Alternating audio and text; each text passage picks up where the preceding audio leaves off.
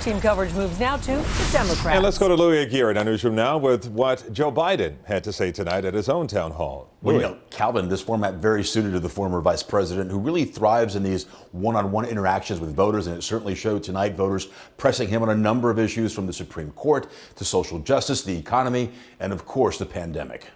It is a presidential responsibility to lead, and he didn't do that. Joe Biden not mincing words against slamming President Trump for his response to the coronavirus pandemic that so far has claimed the lives of 217,000 Americans. And at the time, he said he didn't tell anybody because he was afraid Americans would panic. Americans don't panic. He panicked.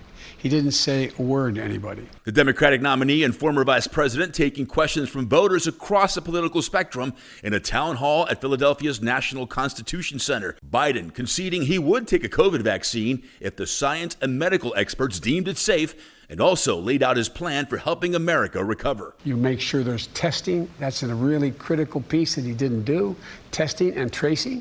And you make sure that people are equipped. Biden also doubling down on raising taxes on the wealthy, making over $400,000, even as the economy recovers, and says Wall Street approves. Moody's, Wall Street, said I will create 18.6 million new jobs, good-paying jobs, number one. The GDP will grow by $1 trillion more than it would under Trump. Key to Biden's election will be the black vote. What do you have to say to young black voters who see voting for you as further participation in a system that continually fails to protect them? One is, in addition to dealing with a criminal justice system to make it fair and make it more decent, we have to be able to put black Americans in a position to be able to gain wealth, generate wealth. Biden also spoke about protection for LGBTQ children and black trans women and expressed concern with the nomination of Amy Coney Barrett to the High Court. And what do you say to LGBTQ Americans and others who are very worried right now? I think there's great reason to be concerned for the LGBT community,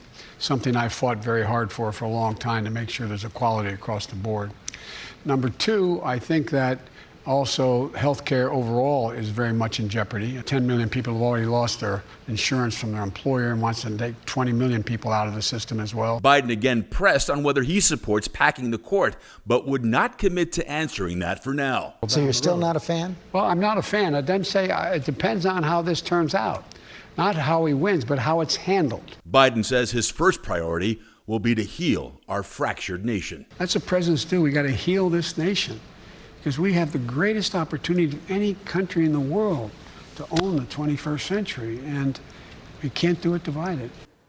Can't do it divided. The final debate between Trump and Biden is set for Thursday, October 22nd at Belmont University in Nashville. Biden says he will be there if President Trump submits to a COVID test right before the debate. Calvin. Okay, Louis, thanks a lot.